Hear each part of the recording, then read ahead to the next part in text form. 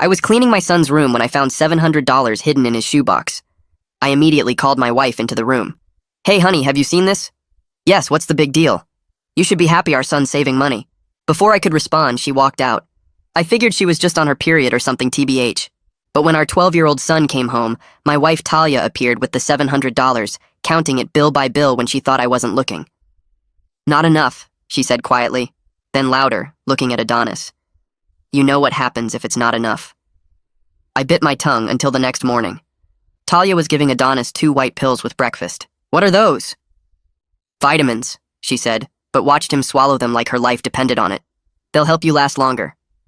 That's when his teacher, Mrs. Swan, called me from work. Mr. Williams, I need to talk to you about Adonis. He's fallen asleep in class 3 times this week. I'll talk to him tonight. Mr. Williams. She paused. Is everything okay at home? Her question swam around my head like a shark. That evening, I tried bringing it up with Talia while she was folding laundry. Mrs. Swan called about Adonis sleeping in class.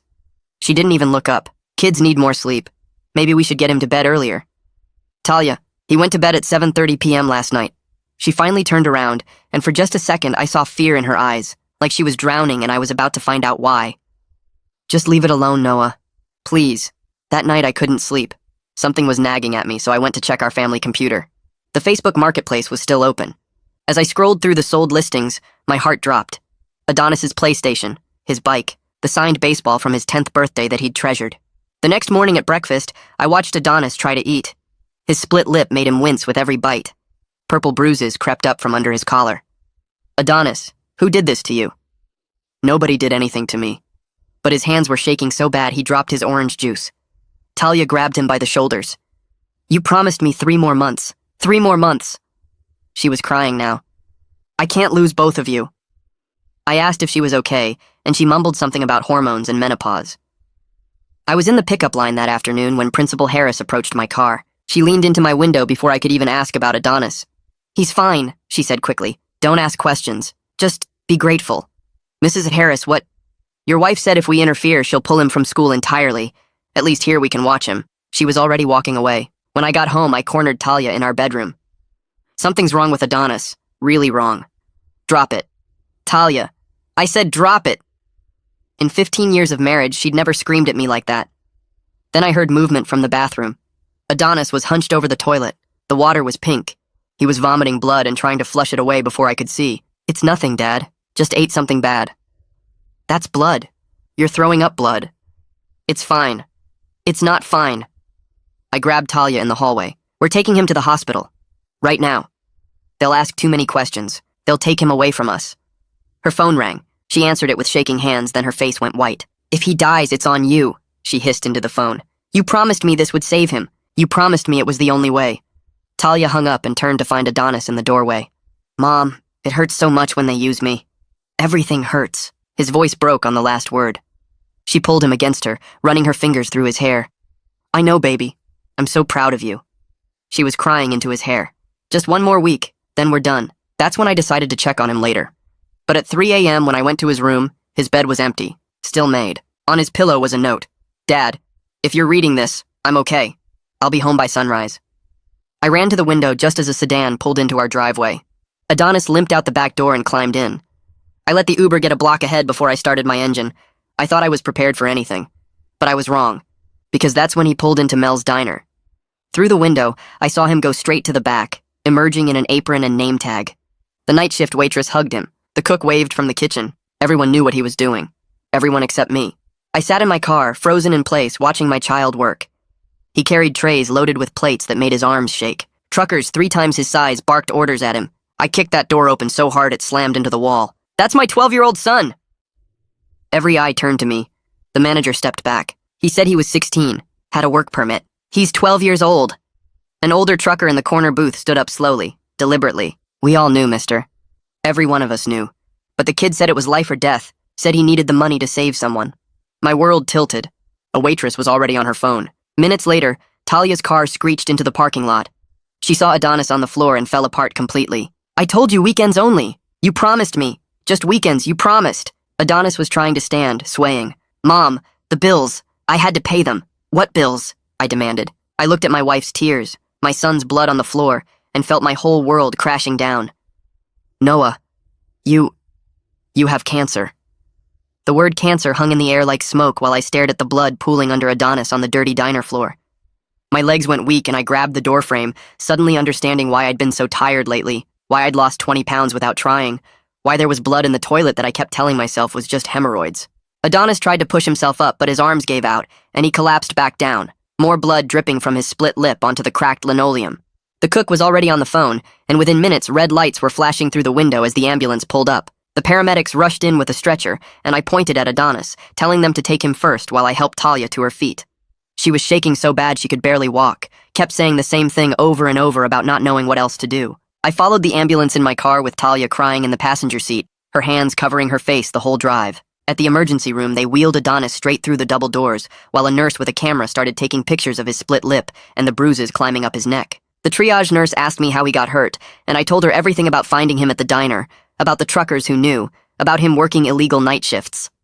Talia seemed to get smaller with every word I said, sliding down in the plastic waiting room chair. The ER doctor came out after an hour saying they needed blood work and a CT scan because Adonis had been throwing up blood.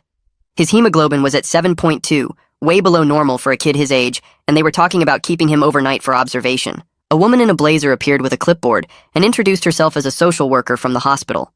Roman Reyes from CPS showed up before we even finished the paperwork, a tall man with a badge who separated us into different rooms for interviews. He asked me about school attendance and work schedules, writing everything down in a small notebook. When I mentioned Principal Harris knew about this, his pen stopped moving, and he looked up at me with hard eyes. In the other room, I could hear Talia crying through the thin walls as she talked to another CPS worker. Later, she told me she admitted finding mail from my doctor 3 months ago when I was at work, test results I'd hidden in my desk drawer. The insurance had lapsed when I switched jobs 6 weeks ago, and she panicked about the bills, thought she could handle it secretly until the new coverage kicked in next month. Brady Novak, the hospital social worker, sat with me in a small office while Adonis was getting his CT scan, spreading out forms for charity care programs across the desk. He explained each application slowly, showing me where to sign, telling me about payment plans and financial assistance I never knew existed. His kindness hit me hard because it made me realize how much trouble we were really in, how much help we actually needed. That evening, while Adonis slept with an IV in his arm, I sat in the bathroom stall and finally let myself think about all the signs I'd ignored. The exhaustion that made me fall asleep at red lights, the blood I kept seeing and pretending wasn't there, the stomach pain I took ibuprofen for every morning. Talia had found the test results I'd hidden even from myself, the ones from my physical 6 months ago that said I needed follow-up immediately. My denial could have killed me, and now it was killing my son who was working himself to death trying to save me. I found Talia in the hallway and asked her about those white pills she'd been giving Adonis at breakfast. She broke down again, admitting they were caffeine pills and energy supplements she bought at the gas station to keep him awake for his shifts. She hadn't thought about what 200 milligrams of caffeine would do to a 12-year-old's heart and stomach. Part of me wanted to scream at her, but another part understood the desperation that made her do it, the fear of losing me that made her risk losing our son. The next morning, while we waited for Adonis to wake up, Roman Reyes called to say he'd visited the diner at dawn. He confirmed Adonis had been working there illegally for 2 months, sometimes 5 nights a week from midnight to 6 in the morning. Mel was claiming he thought Adonis was 16 because of the work permit, acting shocked when Roman showed him Adonis's real age. The labor board was already involved, and the diner was facing fines that could shut it down permanently. Roman said he'd be back to interview Adonis when he was feeling better, that this was just the beginning of a long investigation. Talia gripped my hand so tight her nails left marks in my skin, both of us watching our son sleep in that hospital bed with machines beeping around him. The machines kept beeping steady until Adonis's eyes opened around 6 in the morning, and the first thing out of his mouth was asking if I was gonna die like his friend Tommy's dad did last year, from the same kind of cancer. I grabbed his hand and promised him we'd fight this together, but no more secrets and definitely no more working, and he just started crying and saying sorry over and over for not making enough money to help. Brady came in with a stack of papers while the nurse checked Adonis's IV and started explaining how our insurance gap meant we had 0 coverage for 3 whole months, right when my symptoms started getting bad. The new insurance I got through work had a huge deductible we hadn't met yet, and wouldn't cover any of the experimental treatments the doctors might want to try, so even with charity care we were looking at bankruptcy for sure. He pulled out application after application for emergency Medicaid, hospital charity programs, and drug company assistance, each one needing different documents we'd have to dig up from home like tax returns and pay stubs and bank statements. Talia and I sat at the little hospital table working through the forms together, neither of us talking, just filling out boxes and signing our names over and over while Adonis dozed. A woman in a white coat came in and introduced herself as Doctor. Camilla Hudson, my new oncologist, and she scheduled my first real cancer appointment for tomorrow morning with a whole bunch of tests I couldn't even pronounce. She was nice but direct about needing staging scans right away to see how far the cancer had spread, and I signed consent forms that my brain couldn't really process because I kept thinking about Adonis asking if I was going to die. The imaging center called my cell phone to schedule my PET scan and biopsy for Thursday, and the tech on the phone explained the whole procedure. While I just nodded and said okay, even though she couldn't see me, my mind stuck on Adonis's question about dying, while everything moved way too fast and way too slow at the same time. While I was down getting my first round of tests done, Talia sat with Monica Fowler, the family therapist they assigned us, and spilled everything about how she'd contacted Mel when she got desperate for cash, telling him Adonis was really mature for 12 and could handle the work. She kept saying how lots of kids work in family businesses, so she figured it wasn't that different, except deep down she knew it was totally different. But the fear of losing me made her ignore that voice in her head, and even now, with everything that happened, she still tried to defend not telling me because she thought I'd refuse treatment if I knew the cost. The next day, Adonis had to describe the night shifts to Monica, with me sitting right there listening to every awful detail about truckers who grabbed his arm. When he brought the wrong order, trays so heavy his whole body shook carrying them, burns all up his forearms from the coffee pot when his hands got too tired to hold steady. He talked about it like it was just normal stuff because Mom said it would save Dad's life, and Monica wrote down every single word for the CPS report while I sat there feeling sick. That afternoon, I drove to the bank and told them I needed to cash out my entire 401k, even with the huge penalty, and the financial advisor spent 20 minutes trying to talk me out of it, showing me charts about compound interest and retirement planning while I just kept signing papers until he finally processed the withdrawal for $30,000 that might cover 2 months of treatment if we were lucky. Roman called while I was driving home to tell me he'd been investigating the school's involvement and found out Principal Harris actually helped forge the work permit, because she thought supervised work at the diner was better than our family ending up homeless on the street, and now the school board was launching their own investigation into how this happened. When I got home, Talia was already back from the bank with rejection letters from 3 different personal loan companies, all denying her because our debt-to-income ratio was already too high with the mortgage and car payments and credit cards we'd been using for groceries. She'd stopped at the food pantry on the way home and brought in bags of canned soup and boxes of spaghetti, her face completely blank as she unpacked them into our cabinets, her pride so broken she couldn't even look at me.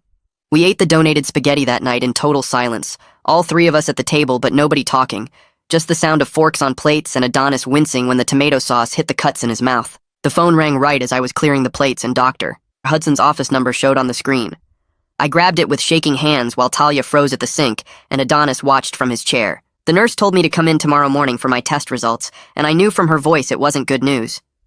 That night, I laid awake feeling the pain in my gut that I'd been ignoring for months, the same pain I'd been taking 3 ibuprofen for every morning just to get through work. The next morning, we all drove to the hospital together because Talia said we needed to hear it as a family. Dr. Hudson sat us down in her small office with diplomas on the wall and a plastic skeleton in the corner. She pulled up images on her computer screen showing my insides lit up in different colors. The tumor in my colon was about the size of a golf ball, and she pointed to spots that might be spread to nearby tissue.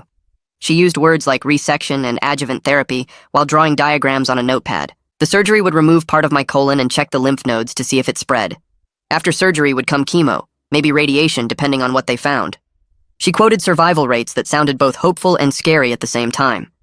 With treatment, stage 3 had a 60 to 70% 5-year survival rate. Without treatment, maybe 6 months to a year. Adonis started crying and grabbed my hand so tight it hurt. On the way out, Roman was waiting in the lobby with discharge papers for Adonis. The CPS monitoring meant weekly check-ins at their office downtown, no work of any kind, and mandatory counseling twice a week. Adonis looked relieved when Roman explained that adults were handling things now. The 3 of us drove home in silence, our family broken but still holding on. The next day, I had to go to my office to meet with HR about medical leave. The lady behind the desk was nice enough as she explained that family medical leave would protect my job for 12 weeks, but it was unpaid. She processed the paperwork while I did math in my head about how long our savings would last. Without my paycheck, maybe 2 months if we were careful. 3 days later, Mrs. Swan showed up at our door carrying a box of Adonis's schoolwork. She was crying before I even let her in, apologizing over and over for not doing more. She said she tried reporting her concerns 3 times, but was told to document everything and wait for more evidence. She brought all his missed assignments and worksheets, offering to come tutor him for free every Tuesday and Thursday.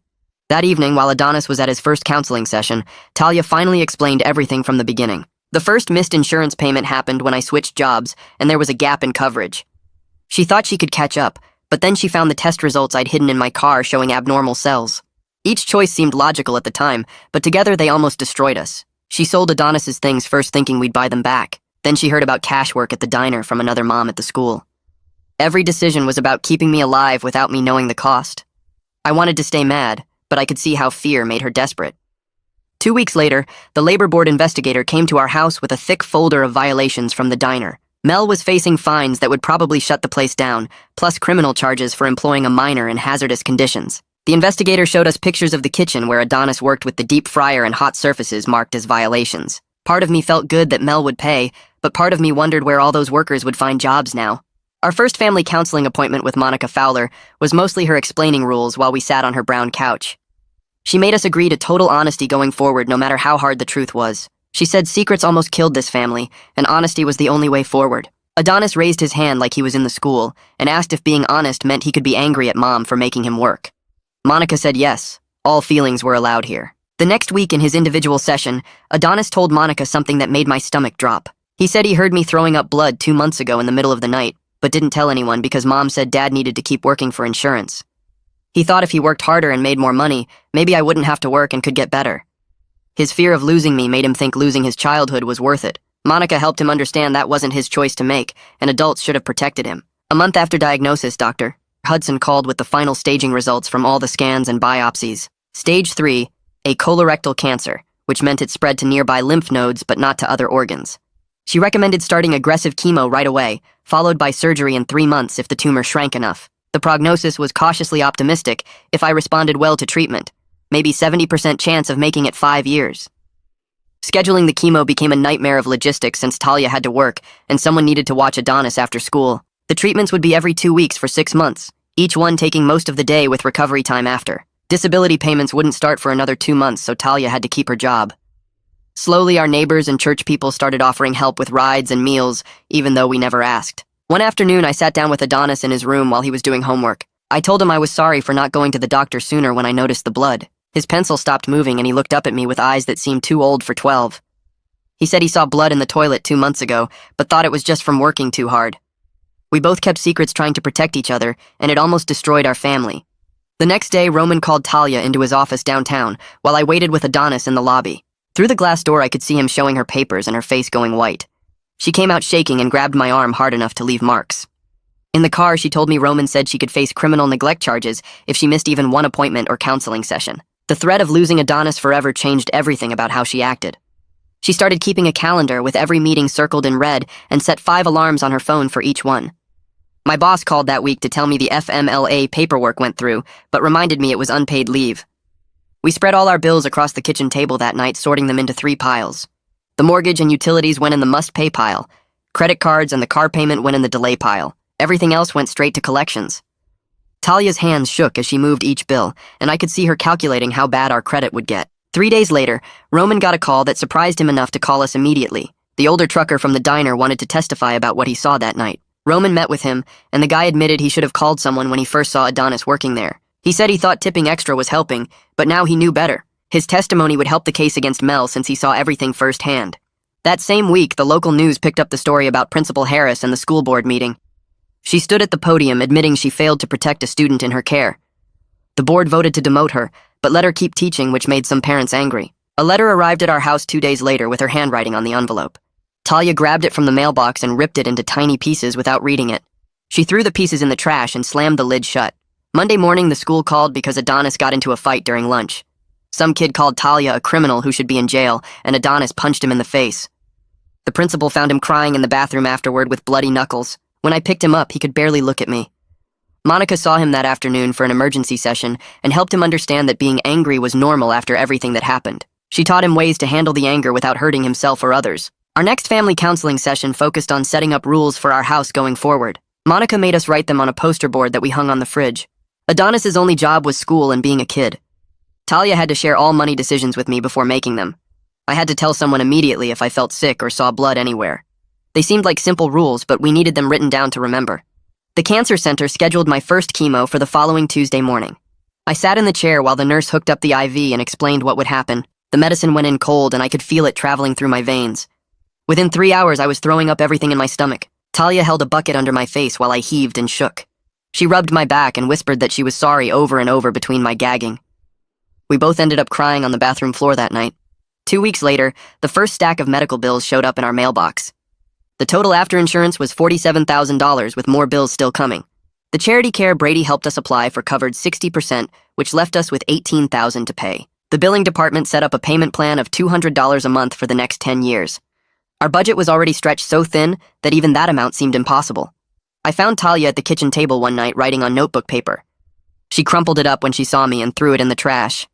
After she went to bed, I pulled it out and smoothed the wrinkles. It was a letter to Adonis apologizing for making him grow up too fast and stealing his childhood. She wrote about how she would never forgive herself for what she put him through. I brought it to her the next morning and we talked about forgiveness being something that takes time. She said she wasn't ready to forgive herself yet and might never be. The days blurred together with appointments and treatments and counseling sessions that all felt like punishment, even though they were supposed to help us heal. 3 weeks later, the school called about Adonis having a meltdown during state testing. The room went dead quiet, and he just started shaking and couldn't breathe right. Mrs. Swan grabbed him and got him to the counselor's office fast, while the other kids kept taking their test. The counselor sat him on the floor and talked him through breathing exercises until his hands stopped shaking. She explained later that silence was a trigger now because the diner was always loud with truckers yelling and dishes clanging. Adonis learned to raise his hand when he felt panic coming, and the teacher would let him step into the hallway. The next Monday, Roman showed up at our door for the monthly CPS check without warning. He walked through every room taking notes on his clipboard while we followed behind, nervous. Adonis was at the school, so Roman asked to see his grades and attendance records, which Talia pulled up on the computer. Everything looked good, and Roman wrote that we were following all the requirements they set. He mentioned if we kept this up for 3 more months, he'd recommend closing our case completely. The threat of losing Adonis still hung over every single thing we did, but at least Roman seemed happy with our progress. 2 days later, we got a letter saying the labor board scheduled a hearing about the diner for next month. Our legal aid lawyer met with us at her cramped office downtown to explain what would happen. She said we'd each have to testify about what we saw and what Adonis went through working there. Adonis sat quiet the whole meeting, but I could see his leg bouncing under the table when she mentioned facing Mel in court. The lawyer said his testimony was the most important part since he was the victim. That night at dinner, we talked about whether to push for criminal charges against Mel or take whatever plea deal they offered. Adonis said he wanted Mel to go to jail for what he did, but also just wanted everything to be over. Talia thought we should let the prosecutor decide since they knew what cases actually won. I agreed because none of us really understood how the legal system worked anyway. The following week, I went for my 3-month scan to see if the chemo was working. Dr. Hudson came in with the results looking serious, which made my stomach drop. The tumor had shrunk, but not as much as she hoped it would by now. She wanted to add a stronger drug to my treatment, but warned it was expensive, and insurance probably wouldn't cover it. Brady spent hours on the phone fighting with the insurance company while we sat in the waiting room panicking about money. They denied it twice before Brady figured out the right codes to use on the appeal. Meanwhile, our landlord taped an eviction notice to our door for being 2 months behind on rent. I called him right away and begged for more time to figure something out. He agreed to let us stay if we paid half now and set up a payment plan for the rest. The stress made my blood pressure shoot up so high that Dr. Hudson had to adjust my other medications. Every single system seemed designed to kick you when you were already down. That Thursday was our family counseling session with Monica, and something finally broke open in Talia. She started sobbing so hard she couldn't talk for 5 whole minutes. When she finally got words out, she said she was so scared of being a widow at 38. She turned to Adonis and begged him to forgive her for making him work. She said she thought she was saving our family, but she almost destroyed it instead. Adonis sat frozen for a minute, then got up and hugged her for the first time since everything started. Monica said this was progress even if it didn't fix everything yet. The healing would take way longer than the hurting did. Over the weekend, Adonis had to write an impact statement for the labor board hearing. His teacher stayed after school to help him organize his thoughts and fix his grammar. He wrote about missing school and throwing up blood and being too tired to play with friends. He practiced reading it out loud to us over and over until he could get through it without crying. Each time he read it, he stood a little taller and spoke a little louder. His teacher told him his voice mattered and people needed to hear what happened. Sunday morning, the pastor announced the church took up a special collection for our medical bills without even asking us first. They raised $8,000 in one service, which made Talia cry with embarrassment. She kept saying we didn't deserve charity after what we did to Adonis. I reminded her that Adonis working was also charity, but the bad kind that hurt him. This was people actually helping the right way without asking for anything back. The next afternoon, the prosecutor called to explain what would probably happen with Mel's case. She said he'd most likely plead guilty to misdemeanor child endangerment to avoid trial. He wouldn't go to jail, but would pay big fines and have to pay Adonis back for all his work, plus extra for damages. It didn't feel like enough punishment, but our lawyer explained that these cases hardly ever ended with jail time. She said the difference between justice and closure was something we'd have to figure out for ourselves. That night before the hearing, we sat around the kitchen table picking at leftover pasta. Nobody really wanted to eat. Adonis kept folding and unfolding his impact statement, while Talia chewed her fingernails down to nothing. I watched them both trying to find the right words, but nothing came out for the longest time. Finally, Adonis said he just wanted people to know it hurt, and Talia said she wanted it over, and I said I wanted him to feel heard, and we all nodded like that fixed anything. The courthouse the next morning was smaller than I expected. Just a regular government building with metal detectors and tired security guards. We found the right room, and there was Mel already sitting with his lawyer at a table up front. He looked older somehow, his shoulders hunched forward like he was trying to make himself smaller. The judge came in and started reading case numbers and legal stuff I didn't really understand, while Adonis gripped my hand so tight it hurt. Mel's lawyer stood up first and started talking about misunderstandings and how his client thought the work permit was real and were accepted full responsibility for not checking more carefully. The judge cut him off and asked Mel directly if he knew Adonis was 12, and Mel just nodded without looking up. She ordered the maximum fines the law allowed, plus full restitution of all the money Adonis earned, plus penalties that came to almost $20,000 total. When my turn came to testify, I stood up on shaky legs and told them about finding my son at 3 a.m, about the blood and the bruises, and finding out I had cancer all in the same night. I explained how medical debt made us desperate enough that my wife thought this was the only way, how the bills kept coming faster than we could pay them. The judge listened without interrupting, sometimes writing notes, sometimes just watching my face. Then Adonis stood up with his paper shaking in his hands and read about falling asleep at his desk and throwing up blood and being too tired to play with his friends. His voice got stronger as he went, talking about carrying trays that made his arms burn and truckers who yelled at him when he was too slow. The whole courtroom went silent, except for Talia crying into her hands.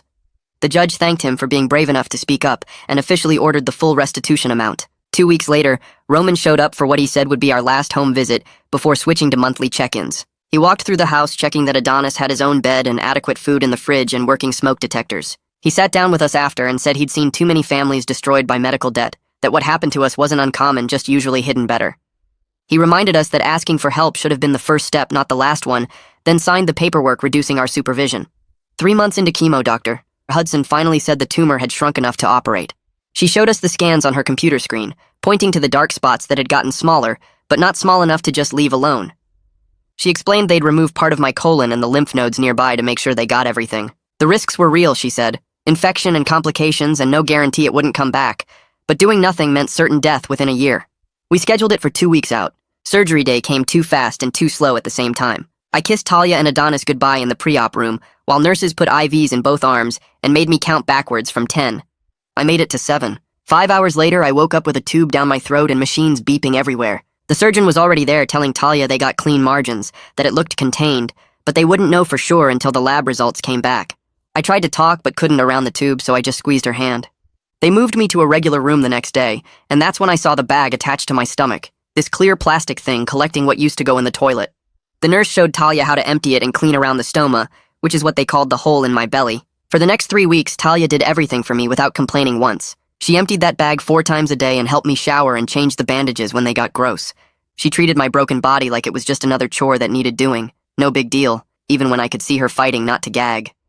Adonis brought his homework to my room every afternoon and did it sitting in the visitor chair, keeping me company without needing to talk much. Around that same time, Monica found a support group at the hospital for kids with sick parents. Adonis didn't want to go at first, but we made him try it once. He came back talking nonstop about this kid whose mom had MS and another whose dad had a brain tumor. He said they understood what it was like to be scared all the time that your parent might die.